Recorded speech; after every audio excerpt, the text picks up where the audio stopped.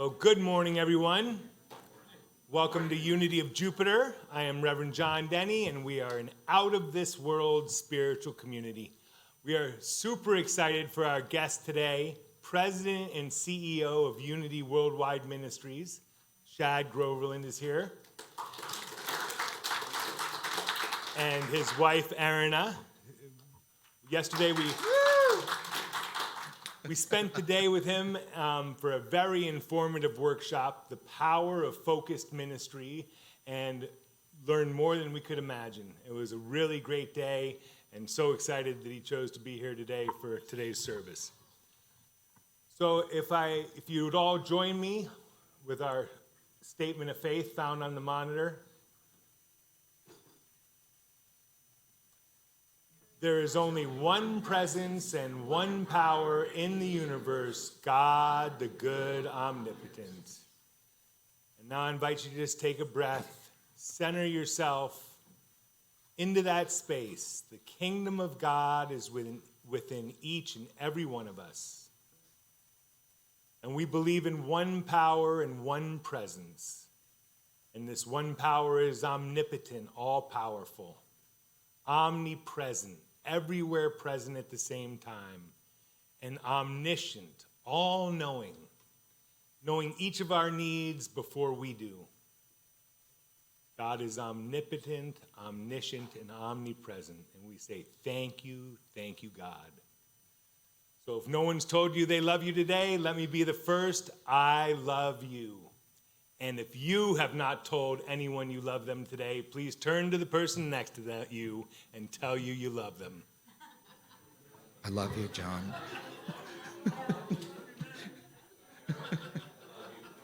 I love you guys. Love you, John. Universal. Thank you.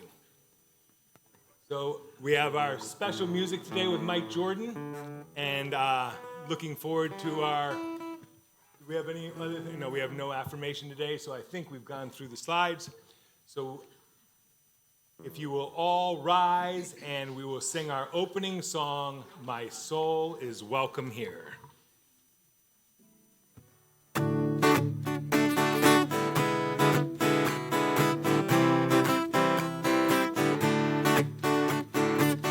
guys can clap. Yeah. I'm in the right place at the right time. I am just where I'm supposed to be. I'm in the right place at the right time. I am just where I'm supposed to be. I'm in the right place at the right time. I am just where I'm supposed to be. I'm in the right place at the right time. I am just where I'm supposed to be. Oh, my soul is welcome here. Oh, my soul is welcome here. I am getting the message loud and clear. My soul is welcome here.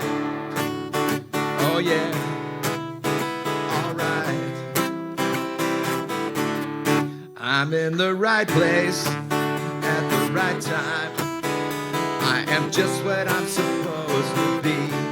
I'm in the right place at the right time. I am just what I'm supposed to be. Oh, my soul is welcome here. Oh, my soul is welcome here. I am getting the message loud and clear. My soul is welcome here. Oh, my soul is welcome here. Oh, my soul is welcome here.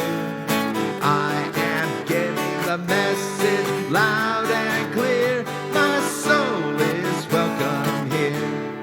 I am getting the message loud and clear. My soul is welcome here. My soul is welcome here. Yes, it is. My soul is welcome here every day.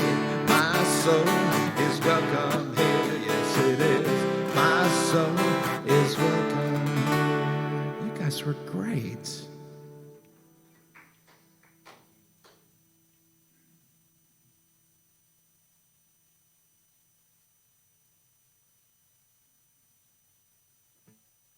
for my second song, or my first song, first and second, I'm going to sing What a Wonderful World. And if you know the words, please join me. Cool. I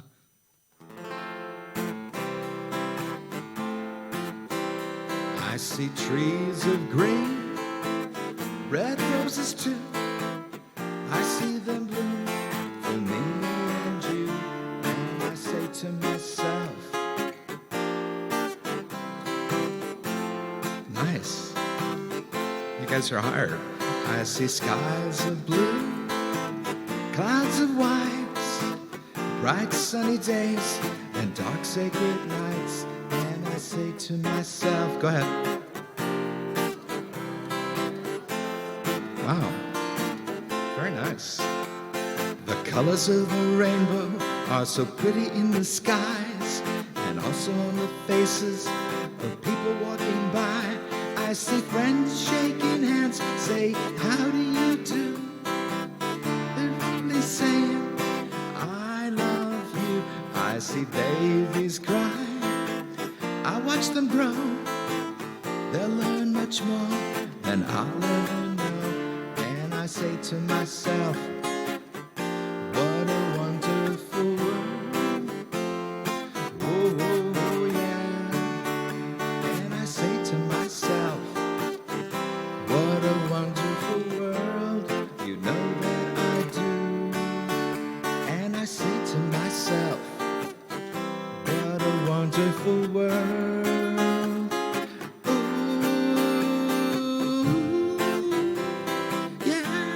Yeah, it's a wonderful world. The sun is shining, the birds are singing. It's going to be a great day. Thank you guys for joining me.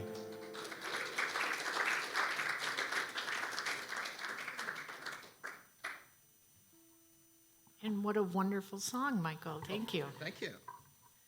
Welcome, everyone. Top of the morning to you, Unity. We are so glad that you are here. I am glad that you are here. My name is Sherry Sova. Is there anyone here today for the first time? Raise your hand so we can say hello. No, everyone here. Well, welcome. We're glad that you are back to us. Today's daily word is, today's daily word, say it with me. I feel the presence and power of God as I pray. In the Revealing Word, Unity co-founder Charles Fillmore described prayer as the most highly accelerated mind action known. This awareness is my comfort and assurance as I release my worldly concerns and feel the presence of God. As I pray, I immerse myself in the silence so I can be still and known. From this place of deep communion, I relax and focus my attention on the divine ideas of love, life, wisdom, strength, and order, which are always mine to claim. As these spiritual truths flourish in my consciousness, thoughts of my troubles and worries fade from my mind. In the past, I may have believed prayer was a way of asking God for help and solace. Now I understand it is one of the best ways of helping and uplifting myself. Today's daily word is inspired by Psalm 46, verse 10. Be still and know that I am God. All right, this week's announcements. Do not forget Thursday nights at 7 p.m., Metaphysical Magic. Come join us for some metaphysical fun with Reverend John Denny. It's a fun evening that includes clips from videos, discussions, and fun learning. This will be every Thursday evening at 7 p.m. through the end of March, and it has been a great, great turnout. Monday nights are back, 7 p.m. for A Course in Miracles with Sean Taker. Come and learn and grow from this inspiring course. You do not have to start from the beginning, so anybody that wants to come. And for all of our ongoing classes, for the Harmony Exercise, weekly prayer and meditation group, please see your Sunday bulletin, the weekly newsletter, or the flyers in the foyer for days and times. All right, calling all new members. We have had several requests to become new members of Unity in Jupiter. There is a new member application on the table in the foyer. You can also see Carol in the office. So please fill one out and leave it in the office. And if there are enough applicants, we will do a new member Sunday sometime in April. Thank you. And now, to lead us into meditation, let us all join in singing Surely the Presence. Surely the presence of the Lord is in this place. I can feel God's mighty power and God's grace. There's a holy hush of angels' wings. I see glory on each face. Surely the presence of the Lord is in this place.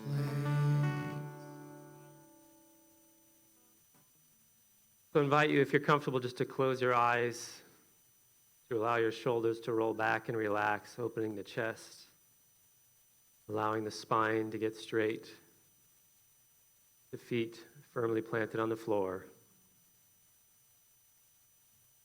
And allow the worries of the world this week, this morning, to just melt away as you come into this place of stillness and quiet. We recognize that the mind and the brain are designed to process everything that's happening in and around us. But rarely does the brain and the mind get an opportunity to be still and silent, to rest. Unless we consciously tell the mind that this is now a moment for you to be still and for you to rest, it will just continue its job even when we are trying to be still and to rest. So right now, we consciously send a signal to the mind. Be still. You can rest. And we send that signal with a breath, a very relaxing breath, releasing any final tension that might be in the mind or the body. And any thought that may come, we simply bless that thought. We don't resist it. We allow it to pass. Again, reminding the mind, this is its opportunity to be still, to be calm, so that that inner voice of the Christ awareness can finally be heard. We take a moment now to go into this silence, to listen to this inner voice, allow the mind to relax.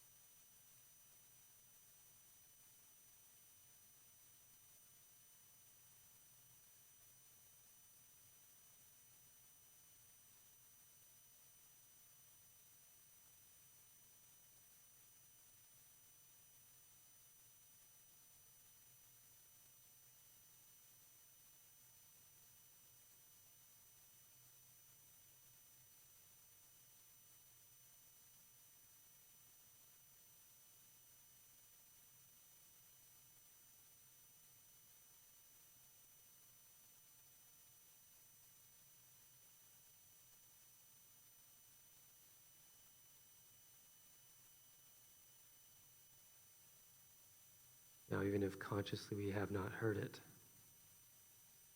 That still small voice, that Christ consciousness within us has spoken. The message has been received.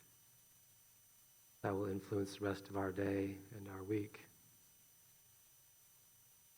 So we hold on to this stillness with gratitude and a commitment to be more still as we go forward throughout life, and more grateful as we now exit this meditation.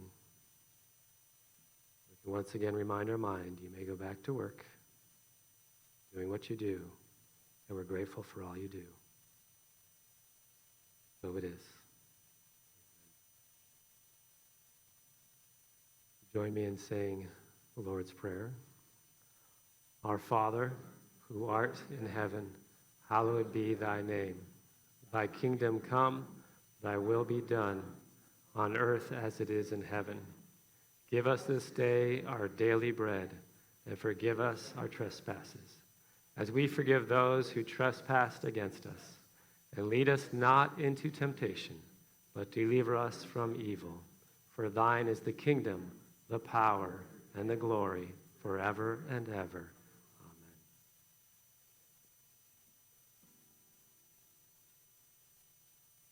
When I get ready to perform for you guys, I always go through my songs or my originals or whatever happens to come my way.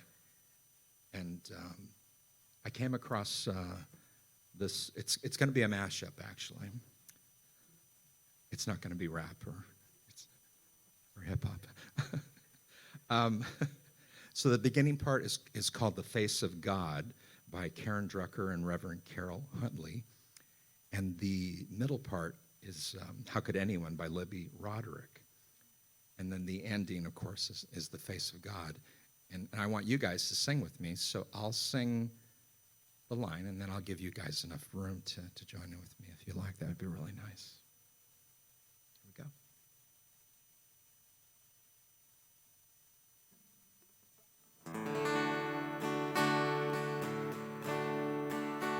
You are the face of God.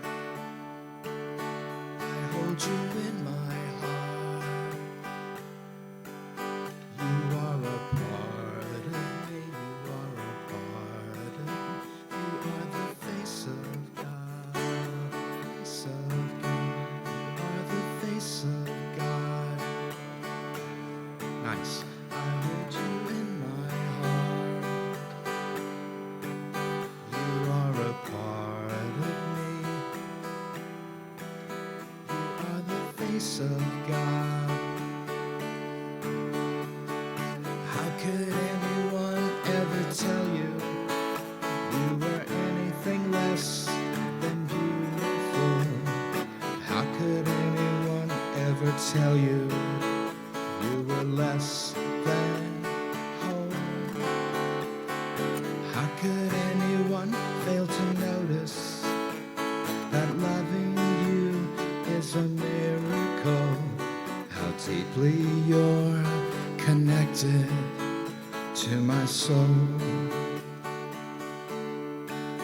You are the face of love. I hold you in my heart. You are my family. You are the face of love. You are the face of God. I hold you in my heart. You are a part of me. You are the face of God. You are the face of love. I hold you in my heart. You are my family. You are the face of love. You are the face of God. I hold you in my heart. You are a part of me. You are the face of God. You guys were great. Thank you.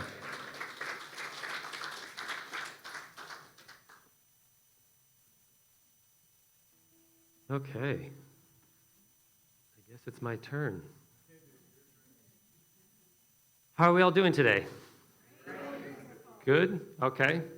So I am the CEO and president of Unity Worldwide Ministries. That may not mean a whole lot to many of you. If you don't know that we have 650 ministries around the world. And so it's not just this ministry here, or the ministries in Florida, though we have a lot of ministries in Florida. There are about 650 around the world. And that means that there is a central office of which I run to sort of organize and to give guidance and support to all of those ministries in what they're doing. So that is a little bit of who I am and what we're doing. And I'm going to get to, yeah, that'll be good, my slides. Yay. Okay. All right. So let's get started off. Seeing is believing. This is a 17th century English clergyman, Thomas Fuller. Has anyone ever heard this statement, seeing is believing? If you haven't, you've probably been in a rock somewhere, hiding, or in a cave. So what does that actually mean? Does anyone know?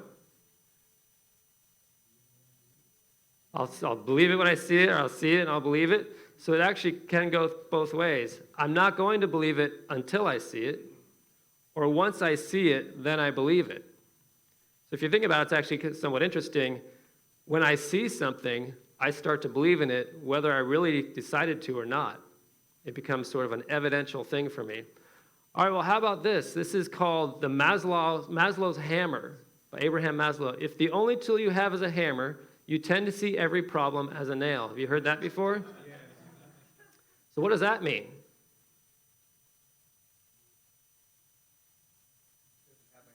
It's good to have a hammer. And it's bad to be a nail. Fundamentally, what it's saying here is whatever tool you have at your disposal is the tool you're going to try to use for whatever circumstance you run into. So if you've only ever been trained to use a hammer, and all you have is a hammer, and you come upon a screw, you're going to try to pound a screw into that piece of wood. But it also applies to us as individuals.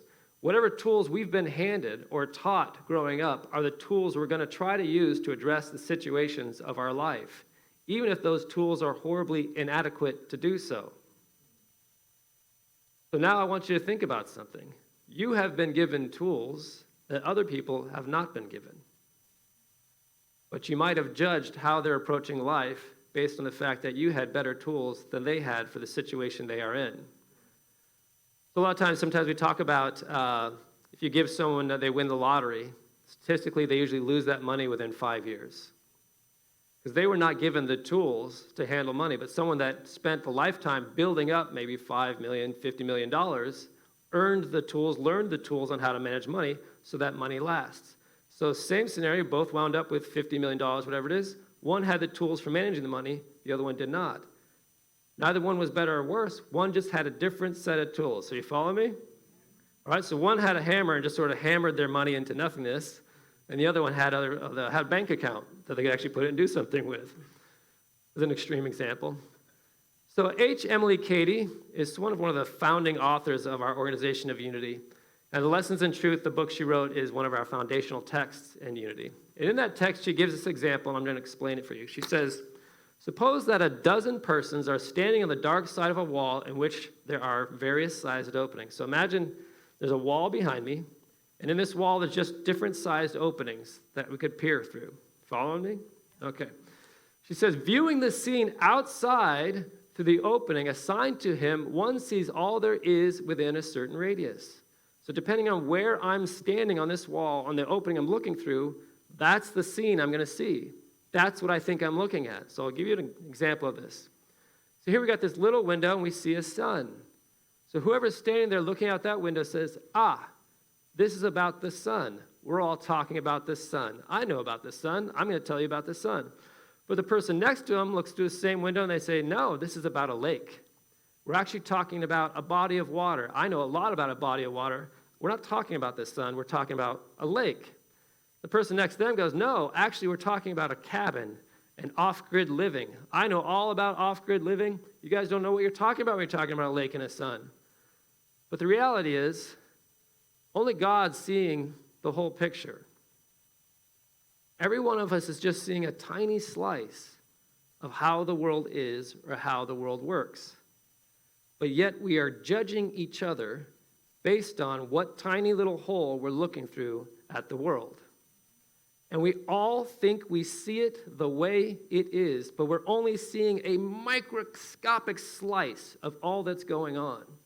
And then we come to conclusions, and we judge each other, and we go to war with each other based on this tiny little slice of the way we think the world is. And the only thing that has any clue of what's actually going on is God. And so some people go, we're all doomed.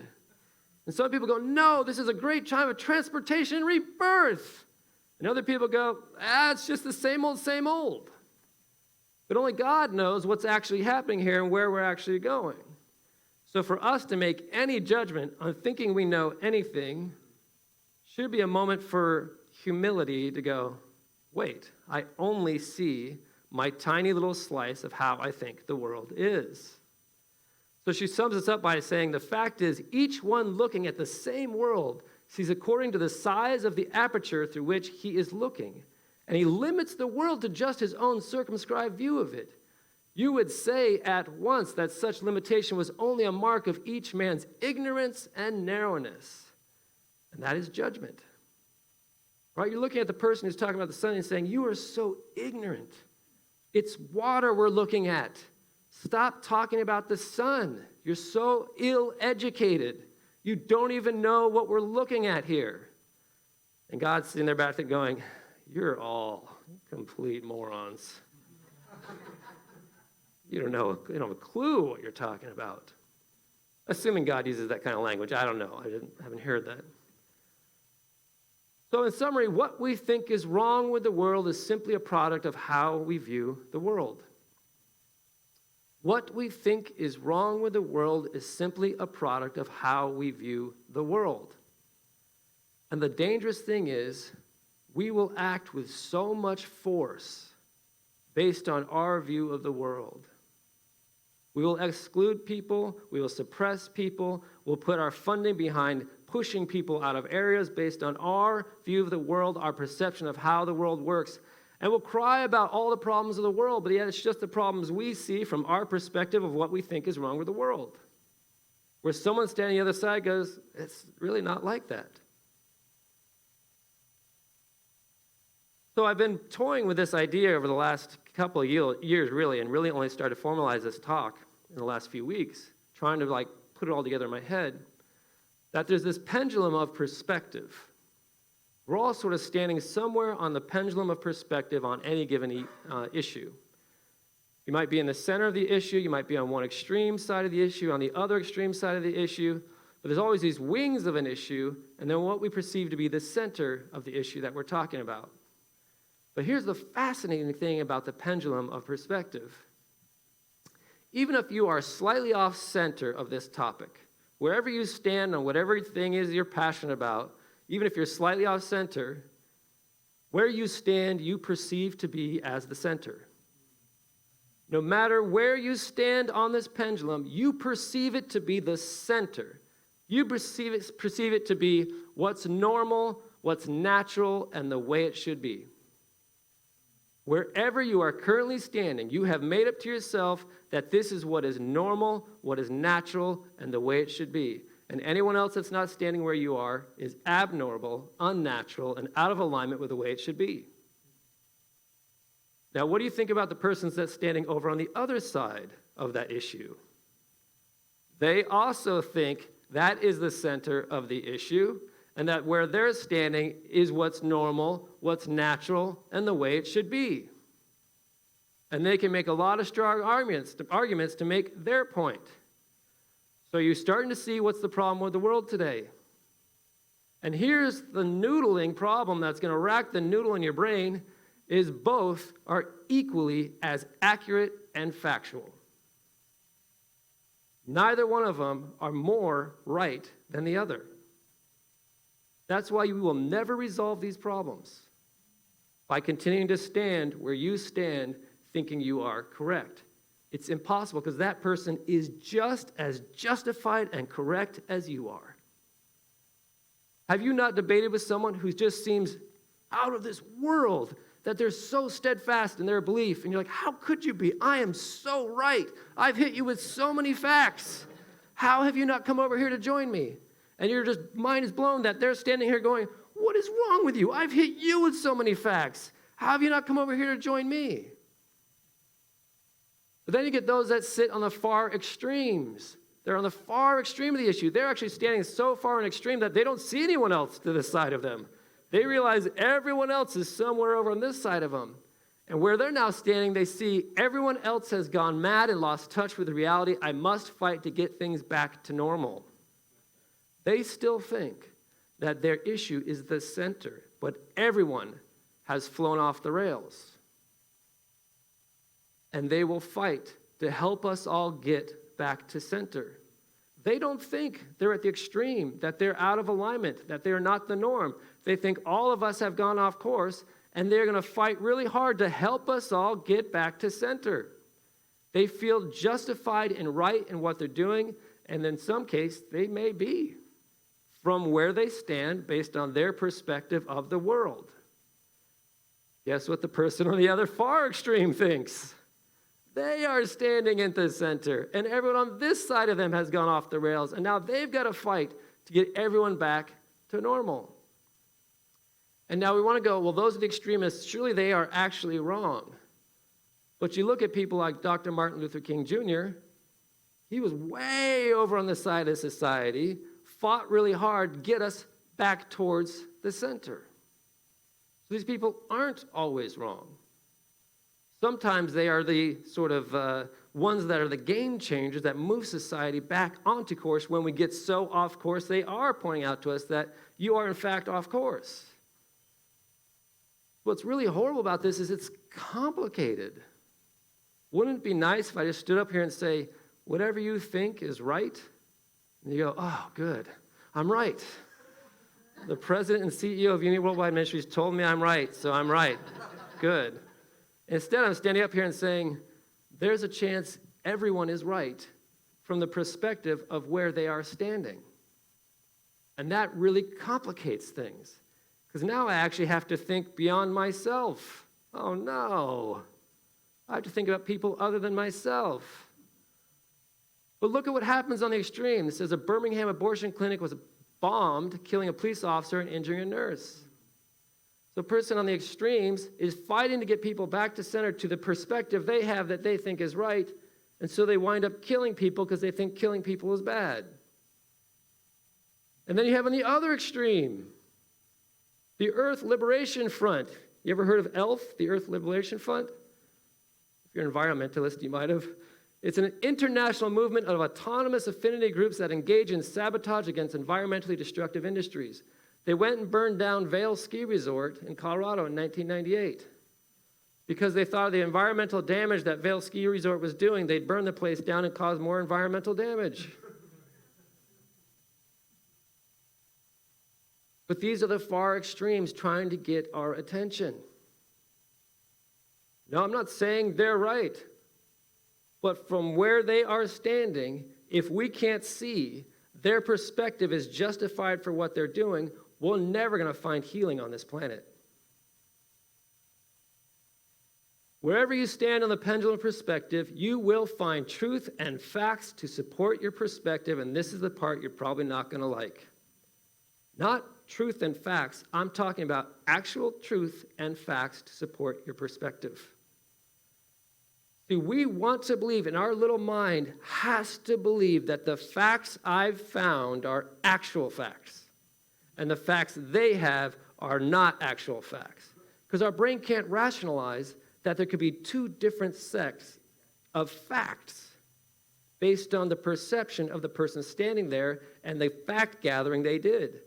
But still right now your mind's going, but no. But my source of facts is more true than their source of facts. Your mind has to tell you that to justify from where you're standing to make you okay and feel okay with the way you are.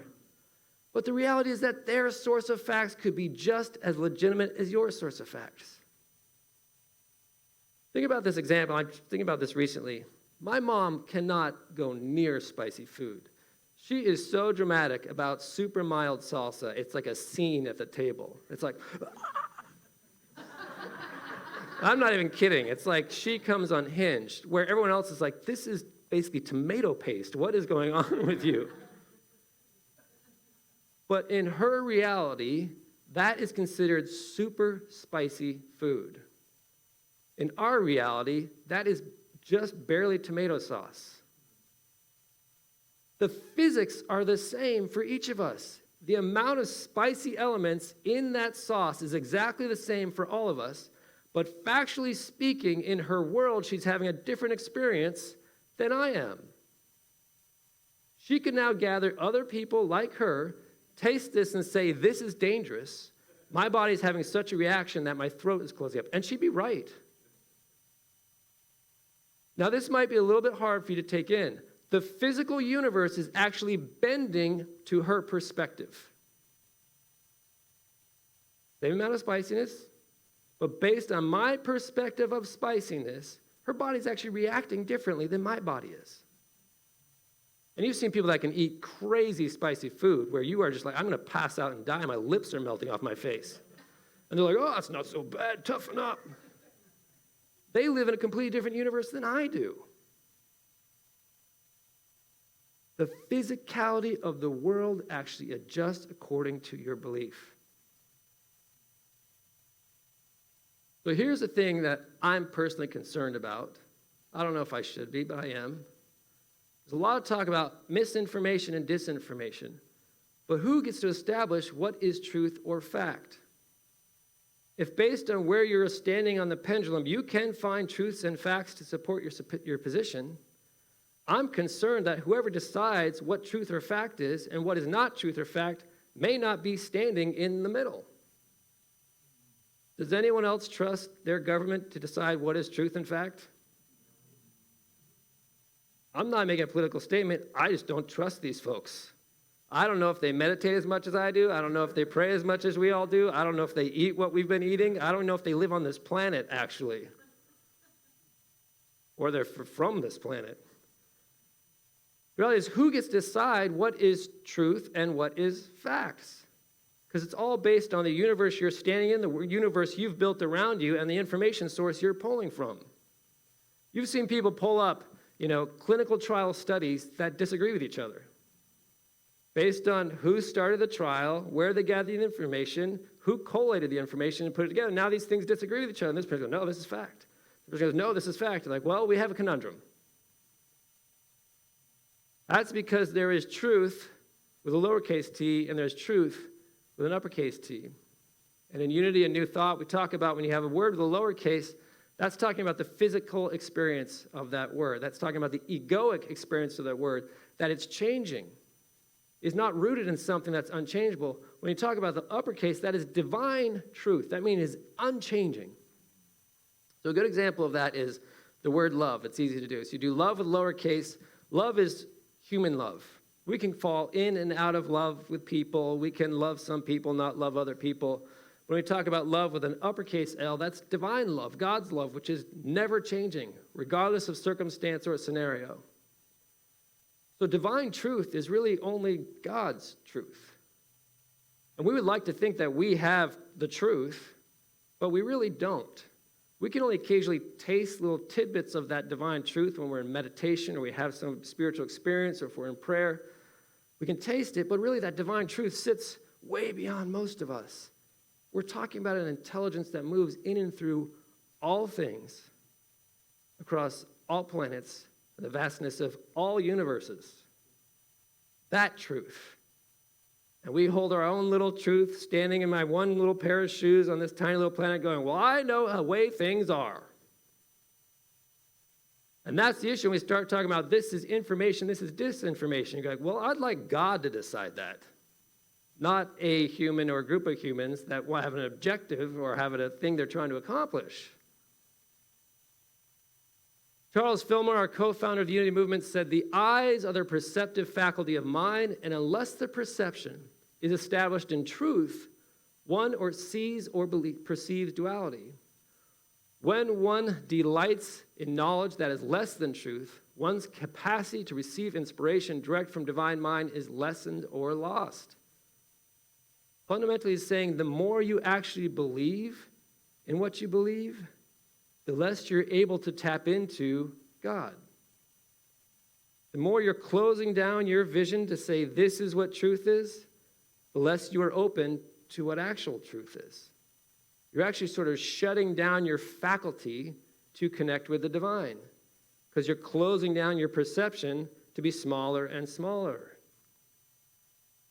Myrtle Fillmore, the other co-founder of Unity, says, this double-mindedness, which consists in believing in evil as well as good, and perceiving and thinking about evil or undesirable conditions or lack or failure or calamity of any sort, double-mindedness weakens the eyes and dims the vision, and we do not clearly perceive that which is our perfection in God mind. We are shutting down our ability to see by thinking we see. Following me? Is this not explain what's happening in the world today? The more we think we see, the less we are able to see. It's not just a fun thing to say, it's a spiritual truth. So as we become more centered in the way we think the world is, we've actually made ourselves incapable of opening up to maybe the way the world actually is. And now we're coming to the table trying to solve problems with people that have such a finite view of the world. All they sit and do is argue with each other about how the other person must be wrong, they must be evil, they must be this. So the third of Unity's 5 basic Unity principles is we create our life experiences through our way of thinking. We create our life experiences through our way of thinking. So most, if not all, of what we perceive to be true resides as a story in our subconscious mind that is built upon years of our limited view of the world. We have all these tiny little slices of how we perceive the world or how people have handed on their perception of the world to us, and that has built us a story about this is how the world is. You ever heard someone say, this is just how it is? And you go, no, it's not. That's not how my life has been. And you have guidance counselors that all throughout your youth are guiding you to see the world the way they see it. And you have mentors guiding you to see the world the way they see it. And you have news channels and media outlets and influencers now trying to guide you to see the world they see it, instead of guiding you to see the world how all of us see it, jumping into multiple perspectives, not just one perspective. So I have to recognize where I stand on the pendulum. I'm a white, cisgender, heterosexual, middle-class male. That comes with a specific perception of how the world is. And I can look at everyone else on the spectrum and say, you don't get it. If I don't recognize that I'm in a position of privilege, I'm not going to ever move myself to the other part of the pendulum to see, oh, other people are having a different experience than I am. Some people are being suppressed by the systems that I have been a part of and I have benefited from. And if I'm not willing to step out of my section over into other sections of the pendulum, I will never see that there has been suffering that I've been helping to cause. Oh, people don't know what cisgender is. It means I identify as the gender that I was given when I was born. So if the doctor says, it's a boy, and I grow up and say, yes, I'm still a boy, then I'm cisgender. If the doctor says, it's a boy, and I grow up and say, no, I'm a female, then I'm transgender or another gender identity. So I'm sitting in this place of a lot of privilege because the world has been built around people like me. And if I'm not willing to step out, and not only step out, but to start to break down those systems that have been put in place by people like me, to use my privilege to start breaking down those systems, I'm allowing those systems to continue.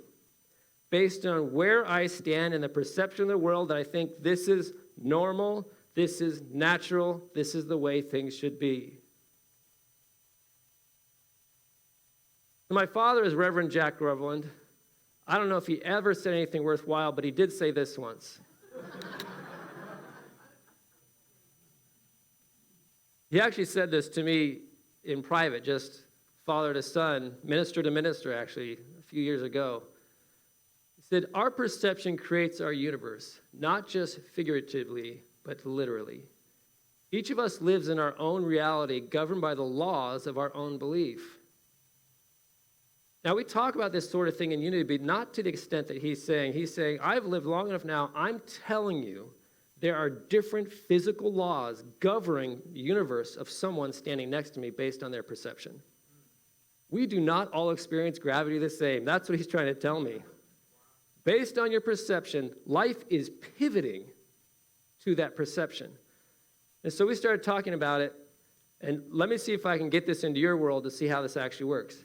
Have you ever met someone that always gets bad service at a restaurant?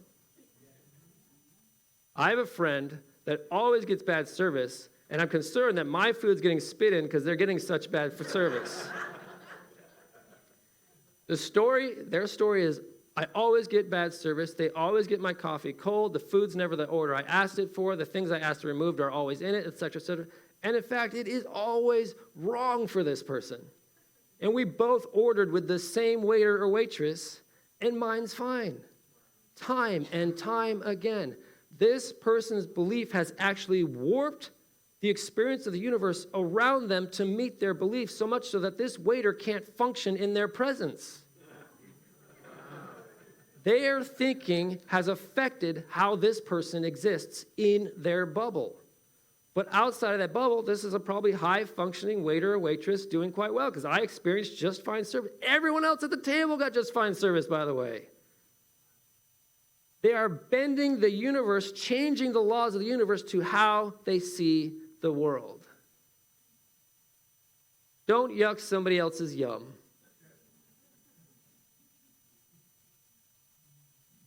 We are judging everyone around us based on the little bubble we have created for our life to be.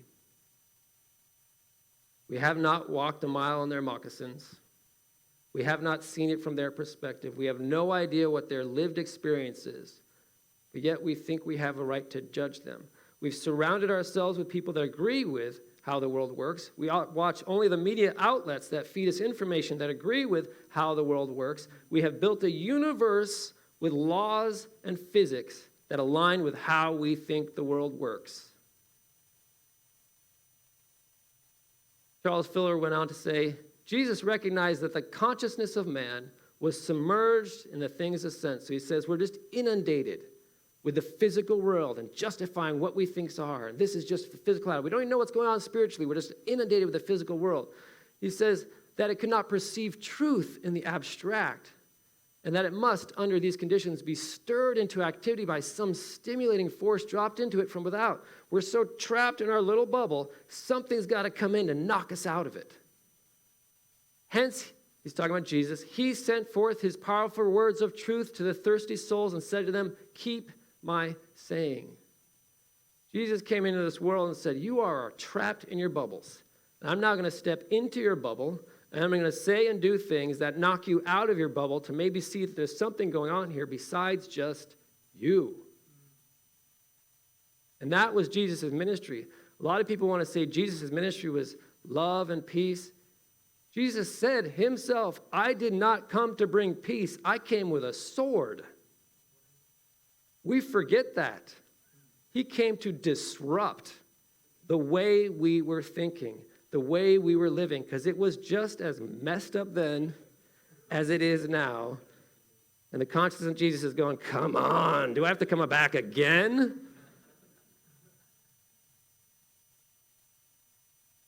Seeing is, in fact, believing.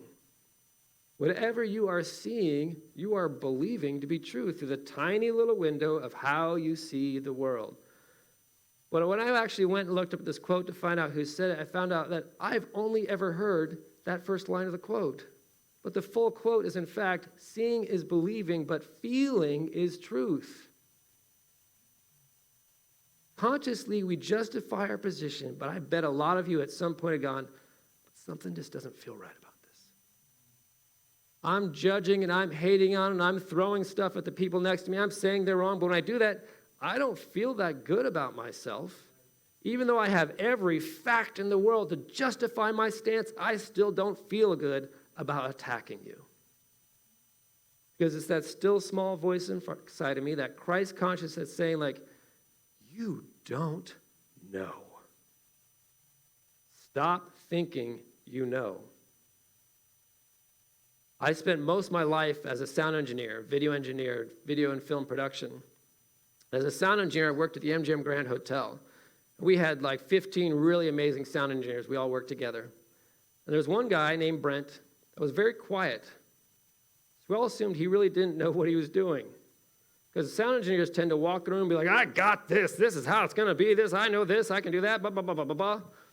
And he just wouldn't say anything. I finally went to a show he was mixing sound for and was knocked on my butt at how amazing he was. And I went to him, I was like, Brent, why haven't you told us you know more than all of us? He's like, man, I once walked in a room, started running my mouth about what I knew, and the guy standing there knew so much more than me. I was so humiliated, I've never done that again. He said, I've learned to just walk into a room and listen, and there's something I'll always learn. And I said, will you teach me how to be a better sound engineer? He's like, I'm not really that great. I was like, stop. You're amazing. I need to learn from you. And it was such a lesson to me. He would come in, you just assumed he's this bumbling idiot because he never said anything, but he's the most amazing sound engineer in the room. He had just learned to learn everywhere he went instead of to spew everywhere he went. And that is the truth as I experience it. Thank you.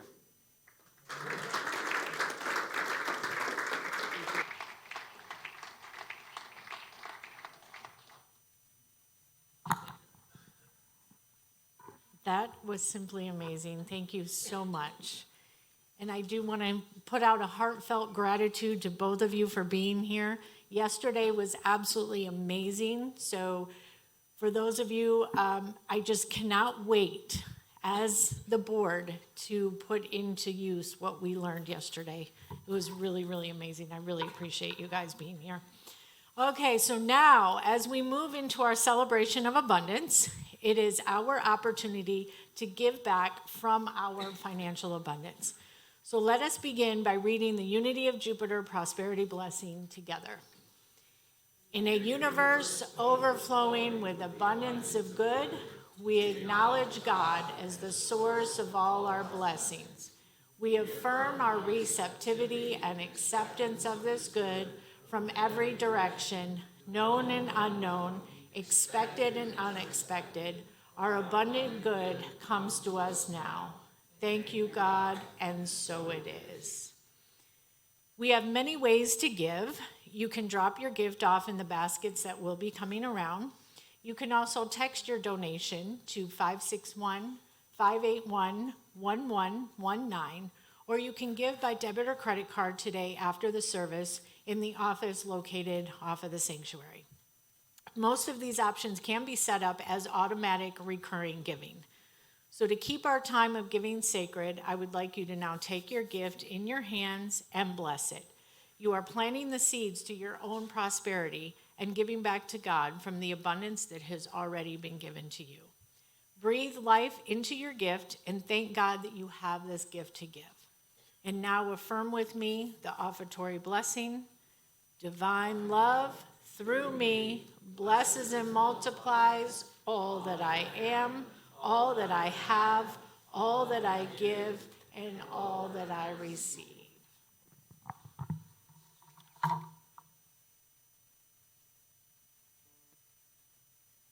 Mike, could you put up the thank you?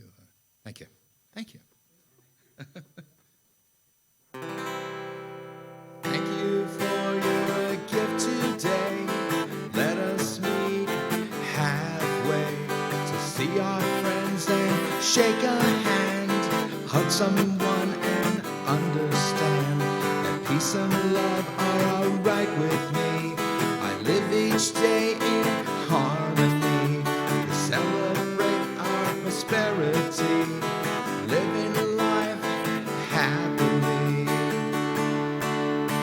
I wish the best for you always, and I say with praise, thank you for your gift today. Let us meet halfway to see our friends and shake a hand, hug someone and understand that peace and love are all right with me. I live each day in harmony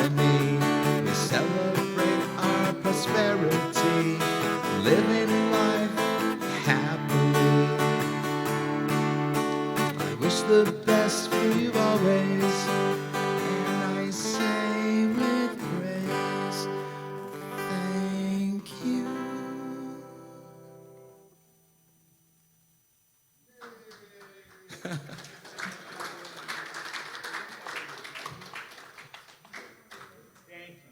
Did you want to speak here?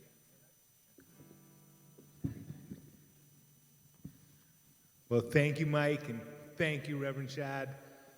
I really enjoyed that. You know, I've always sort of bragged about being a centrist and that the people on the left and the people right are all crazy, and I think I'm in a little box because there might be some truth over there and there might be some truth over there.